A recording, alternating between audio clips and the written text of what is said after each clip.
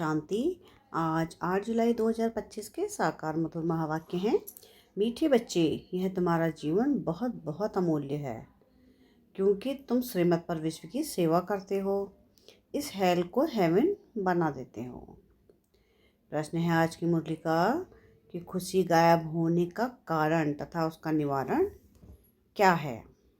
उत्तर है इसका कि खुशी गायब होती है देह अभिमान में आने के कारण, और सेकंड, दिल में जब कोई शंका पैदा हो जाती है तो भी खुशी गुम हो जाती है।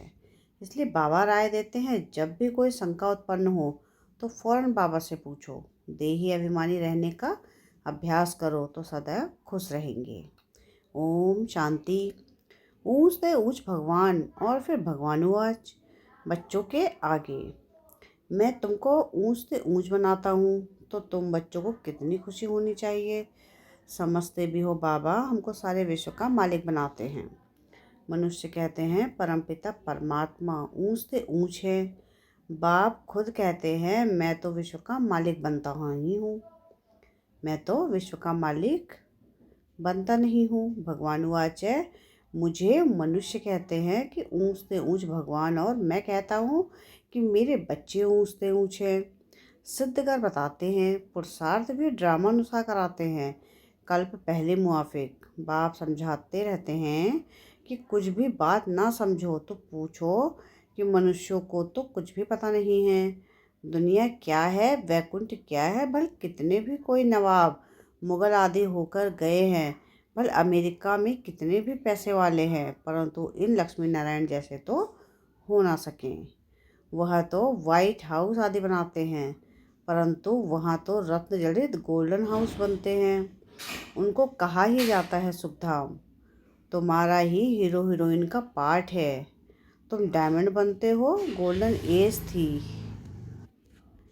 अब है आयरन एज। बाप कहते हैं तुम कितने भाग्यशाली हो। भगवान खुद बैठ समझाते हैं तो तुमको कितनी खुशी रहना चाहिए। तुम्हारी यह पढ़ाई है ही नई दुनिया के लिए। यह तुम्हारा जीवन बहुत अमूल्य है, क्योंकि तुम विश्व की सर्विस करते हो। बाप को बुलाते ही हैं कि आकर हेल को हेवन बनाओ। हेवनली गॉड फादर कहते हैं ना। बाप कहते हैं तुम हेवन में थे ना, अब हेल में हो, फिर हेवन में होंगे। हेल शुरू होता है तो फिर हेवन की बातें भूल जाती हैं। यह तो फिर भी होगी, फिर भी तुमको गोल्डन एज से आयरन एज में ज़रूर आना है।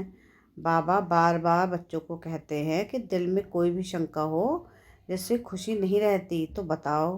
बाप बैठ पढ़ाते हैं तो पढ़ना भी चाहिए ना।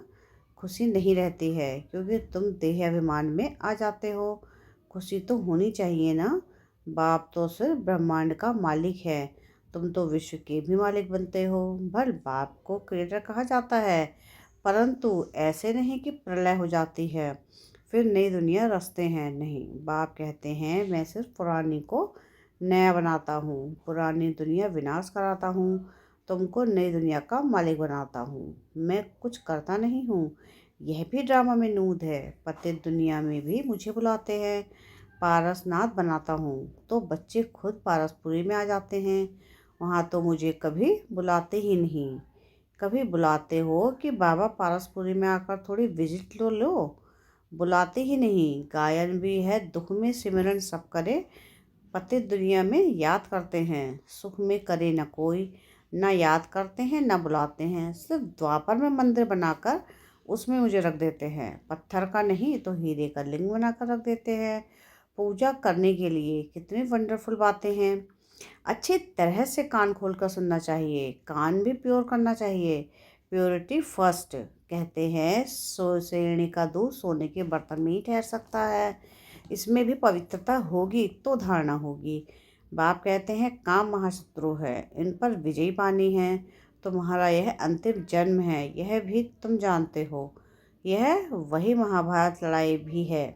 कल्प कल्प जैसे विनाश हुआ है, हूँ बहु अब भी होगा। ड्रामा अनुसार तुम बच्चों को स्वर्ग में फिर से अपने महल बनाने हैं, जैसे कल्प पहले बनाए थे। स्वर्ग को कहते ही हैं पैराडाइज। पुराणों से पैराडाइज अक्सर निकला है। कहते हैं कि मान सरोवर में परियां रहती थी, उसमें कोई डुबका लगाए तो परी बन जाए। वास्तव में है ज्ञान मानसरोवर, उसमें तुम क्या से क्या बन जाते हो। सोवनिक को परी कहते हैं। ऐसे नहीं पंखों वाली कोई परी होती है। जैसे तुम पांडवों को महावीर कहा जाता है। उन्होंने फिर पांडवों को बहुत बड़े बड़े चित्र गुफाएं आदि में बैठा दिया है। भक्ति मार्ग में कितने पैसे बर्बाद करते हैं। बाप कहते हैं हमने तो बच्चों को कितना साहूकार बनाया। तुमने इतने सब पैसे कहाँ किए। भारत कितना साहूकार था। अभी भारत का क्या हाल है। जो 100% सॉल्वेंट था अब 100% इंसॉल्वेंट बन पड़ा है। अभी तुम बच्चों को कितनी तैयारी करनी चाहिए। बच्चों आदि को भी यही समझाना है कि शिव बाबा को याद करो तो तुम श्री कृष्ण जैसे बनोगे। तुम बच्चों को कितनी खुशी रहनी चाहिए। इसलिए अपार खुशी उन्हें ही रहेगी जो सदा दूसरों की खिदमत सेवा में रहते हैं। मुख्य धारणा चलन बहुत बहुत रॉयल हो, खान पान बहुत सुंदर हो। तुम बच्चों के पास जब कोई आते हैं तो उनकी हर प्रकार से खिदमत करनी चाहिए। स्थूल भी हो तो सूक्ष्म भी। जिस्मानी रूहानी दोनों करने से बहुत खुशी होगी। कोई भी आए तो उनको तुम सच्ची नारायण की कहानी सुनाओ। शास्त्रों में तो क्या क्या कहानियाँ लिख दी हैं। विष्णु की नाभि से ब्रह्मा निकला, फिर ब्रह्मा के हाथ में शास्त्र दे दिए। अब विष्णु की नाभि से ब्रह्मा कैसे निकलते हैं, कितना राज है और कोई इन बातों को कुछ समझ ना सके। नाभि से निकलने की तो बात ही नहीं। ब्रह्मा सो विष्णु, विष्णु से ब्रह्मा बनते हैं। ब्रह्मा को विष्णु बनने में सेकंड लगता है। सेकंड में जीवन मुक्त कहा जाता है। बाप ने साक्षात्कार कराया कि तुम विष्णु का रूप बनते हो। सेकंड में निश्चय हो गया। विनाश साक्षात्कार भी हुआ। नहीं तो कलकत्ता में जैसे रजाई ठाठ में रहते थे, कोई तकलीफ नहीं थी, बड़ा रॉयल्टी से रहते थे। अब बाप तुम्हें यह ज्ञान रत्नों का व्यापार सिखलाते हैं। वह व्यापार तो इनके आगे कुछ भी नहीं था, परंतु इनके पार्ट और तुम्हारे पार्ट में फ़र्क है। बाबा ने इनमें प्रवेश किया और फट से सब छोड़ दिया। भट्टी बननी थी, तुमने भी यह सब कुछ छोड़ा। नदी पार कर आए, भट्टी में पड़े, क्या क्या हुआ कोई की परवाह नहीं। कहते हैं श्री कृष्ण ने भगाया। क्यों भगाया? उन्हों को पटरानी बनाने। यह भट्टी भी बनी तुम बच्चों को स्वर्ग की महारानी बनाने के लिए। शास्त्रों में तो क्या क्या लिख दिया है, प्रैक्टिकल में क्या क्या है, सो अब तुम समझते हो। भगाने की बात ही नहीं, कल्प पहले भी गाली मिली थी, नाम बदनाम हुआ था। यह तो ड्रामा है। जो कुछ होता है कल्प पहले मुआफिक। अभी तो अच्छी रीति जानते हो, कल पहले जिन्होंने राज्य लिया है वह जरूर आएंगे। बाप कहते हैं मैं भी कल्प कल्प आकर भारत को स्वर्ग बनाता हूँ। पूरा 84 जन्मों का हिसाब बताया है। सतयुग में तुम अमर रहते हो, वहाँ अकाले मृत्यु होती नहीं। शिव बाबा काल पर जीत पहनाते हैं। कहते हैं मैं कालों का काल हूँ। कथाएं भी है ना।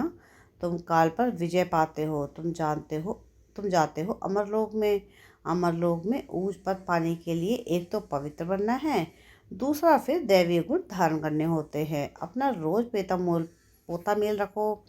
रावण द्वारा तुमको घाटा पड़ा है, मेरे द्वारा फायदा होता है। व्यापारी लोग इन बातों को अच्छी रीति से समझेंगे। यह है ज्ञान रत्न। कोई विरला व्यापारी इनसे व्यापार करे। तुम व्यापार करने आए हो, कोई तो अच्छी रीति व्यापार का स्वर्ग का सौदा कर लेते हैं। 21 जन्मों के लिए। 21 जन्म भी क्या, 50 जन्म तो तुम हो। देवताओं के पैर में पद दिखाते हैं ना, अर्थ थोड़ी ही समझते हैं। तुम अभी पद्मपति बन रहे हो तो तुमको कितनी खुशी होनी चाहिए। बाप कहते हैं मैं कितना साधारण हूँ, तुम बच्चों को स्वर्ग में ले जाने आया हूँ। बुलाते भी हो कि हे पतित पावन आओ, आकर पावन बनाओ। पावन रहते ही है सुख धाम में। शांति धाम की कोई हिस्टोग्राफी ज्योग्राफी तो है नहीं, हो नहीं सकती। वह तो आत्माओं का झाड़ है, सूक्ष्म तन की कोई बात ही नहीं। बाकी यह सृष्टि का चक्र कैसे फिरता है वह तुम जान गए हो। सतयुग में लक्ष्मी नारायण की डिनाइस्टी थी। ऐसे नहीं कि एक ही लक्ष्मी नारायण शिव राज्य करते थे, वृद्धि तो होती है ना। फिर द्वापर में वही पूज्य सुख, फिर पुजारी बनते हैं। मनुष्य फिर परमात्मा के लिए कह देते हैं आपे ही पूज्य, और आप जैसे परमात्मा के लिए सर्वव्यापी कह देते हैं। इन बातों को तुम समझते हो। आधा कल्प तुम गाते आए हो ऊँचते ऊँच भगवान, और अब भगवान आज ऊँचते ऊँच बच्चे हो। तो ऐसे बाप की राय पर भी चलना चाहिए ना, गृहस्थ व्यवहार भी संभालना है। यहाँ तो सब रह ना सके, सब रहने लगे तो कितना बड़ा मकान बनाना पड़े। यह भी तुम एक दिन देखेंगे कि नीचे से ऊपर तक कितनी बड़ी क्यू लग जाती है दर्शन करने के लिए। कोई को दर्शन नहीं होता है तो गाली भी देने लग पड़ते हैं, समझते हैं कि महात्मा का दर्शन करें। अभी बाप तो है बच्चों का, बच्चों को ही पढ़ाते हैं। तुम जिसको रास्ता बताते हो, कोई तो अच्छी रीति चल पड़ते हैं, कोई धारणा कर नहीं सकते। कितने हैं जो सुनते भी रहते हैं, फिर बाहर में जाते हैं तो वहाँ के वहाँ रह जाते हैं।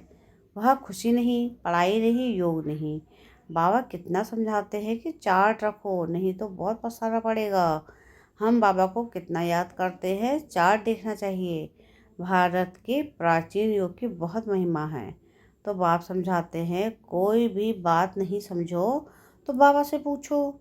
आगे तुम कुछ भी नहीं जानते थे। बाबा कहते हैं यह है कांटों का जंगल, काम महाशत्रु है। यह अक्षर खुद गीता के हैं। गीता पढ़ते थे परंतु समझते थोड़ी ही थे। बाबा ने सारी आयु गीता पढ़ी, समझते थे गीता का महात्म बहुत अच्छा है।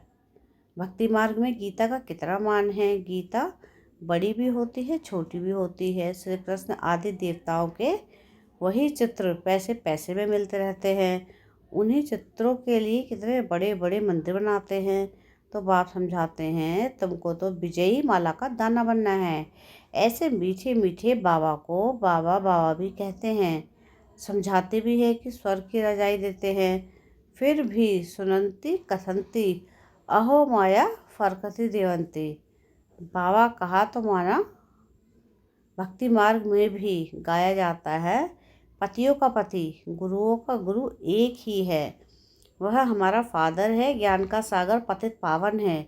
तुम बच्चे कहते हो कि बाबा हम कल्प कल्प आपसे वर्षा लेते आए हैं, कल्प कल्प मिलते हैं। बाप बेहद के बाप से हमको जरूर बेहद का वर्षा मिलेगा। बहुत है ही अल्फ, मुख्य है ही अल्फ, उसमें वे मर्ज है। बाबा माना वर्षा, वह का हद का, वह है हद का, यह है बेहद का। हद के बाबा तो ढेर के ढेर है, बेहद का बाबा तो एक ही है। अच्छा, मीठे मीठे 5000 वर्ष बाद फिर से आकर मिलने वाले बच्चों प्रति बाप दादा का याद प्यार और गुड मॉर्निंग। रूहानी बाप की रूहानी बच्चों को नमस्ते। हम रूहानी बच्चों की रूहानी बाप दादा को याद प्यार गुड मॉर्निंग और नमस्ते। शुक्रिया प्यारे बाबा, शुक्रिया।